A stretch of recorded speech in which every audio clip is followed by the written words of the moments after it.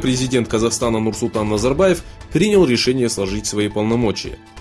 Обязанности президента до 2020 года будет исполнять действующий глава Сената Касым-Жомарт Токаев.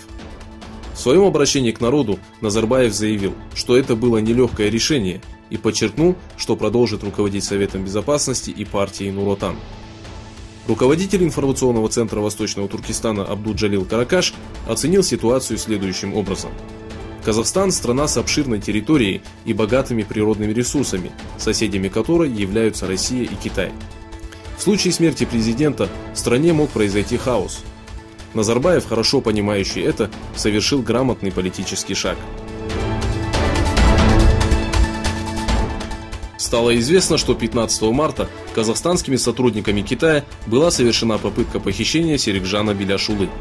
Информационное агентство Казхабир сообщило, что Серикжана, находящегося под домашним арестом в Астане, пытались похитить люди под видом сотрудников скорой медицинской помощи. Данный инцидент приобщен к делу и рассматривается прокурором.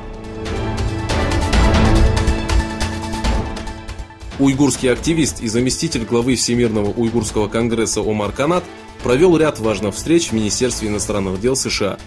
Канат ознакомил министерство с происходящими событиями в Восточном Туркестане.